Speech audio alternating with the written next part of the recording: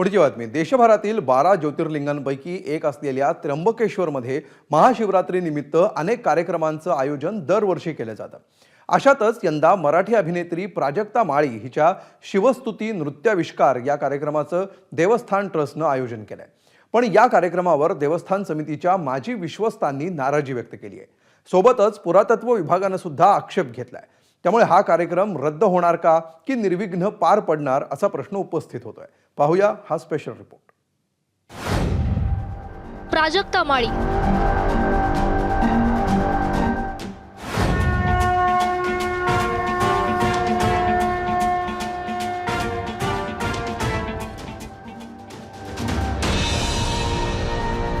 अभिनयाबरोबरच नृत्याविष्कारासाठी ओळखली जाणारी मराठमोळी अभिनेत्री.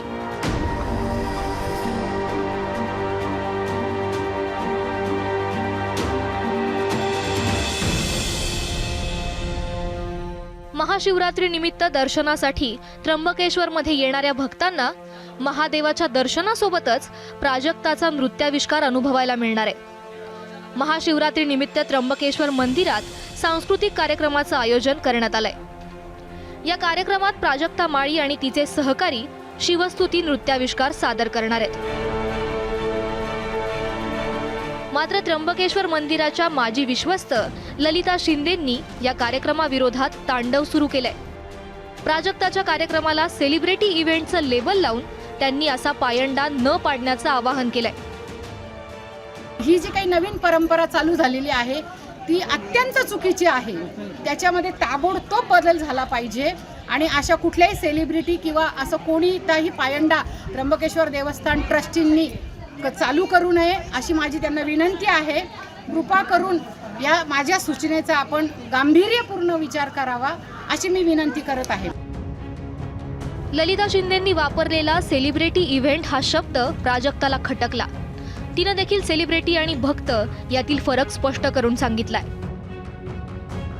देवाच्या दारामध्ये कोणीही सेलिब्रिटी नसतो, सगळेजण भक्त असतात आणि त्याच भक्तिभावानं मी माझ्या नृत्याच्या माध्यमातून माझी सेवा नटराजा चरणी रुजू करणार आहे, अर्पण करणार आहे आणि म्हणूनच कार्यक्रमाचं नाव शिवार्पण मस्तू असं आहे. अर्थातच गर्दी आणि चेंगराचेंगरीची भीती असेल तर विश्वस्त आणि पोलीस जो काही निर्णय घेतील तो एक सामाजिक भान बाळगत सगळ्यांवरच तो बंधनकारक असणार आहे आणि तो सगळ्यांनाच मान्य असणार आहे.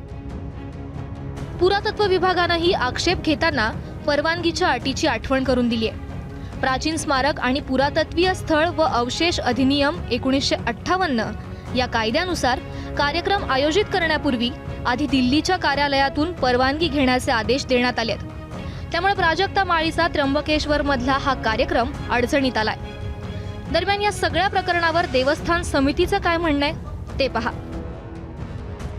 मागच्या वर्षी देखील सारेगमपचे लिटर चॅम्प जे आहे मुग्धा वैशंपायन व प्रथमेश लगाटे यांचा देखील संगीताचा कार्यक्रम झाला होता. त्याच्या मागच्या वर्षी नीलाद्री कुमार यांचा देखील संगीताचा कार्यक्रम झाला होता. याच अनुषंगाने या वर्षी देखील आमचे ते सांस्कृतिक सगळे कार्यक्रम आहे.